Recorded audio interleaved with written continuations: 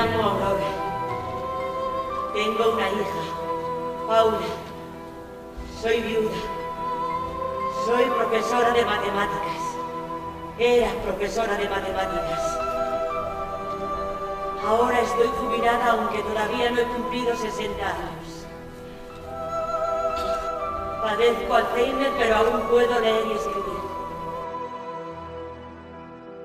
No soy dueña de mis actos. ¿Cómo seré capaz de callar secretos que sé que van a hacer daño? ¿Le quieres? ¿A quién? A tu marido, al hombre bueno.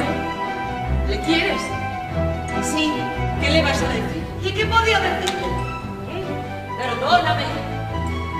Soy inocente, pero una fuerza más poderosa que mi voluntad me arrastra a esta pasión.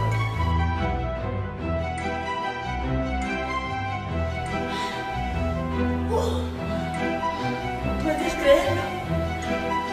Me pierdo en mi propia casa.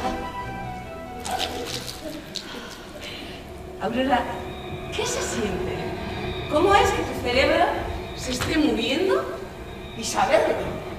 Es como el miedo.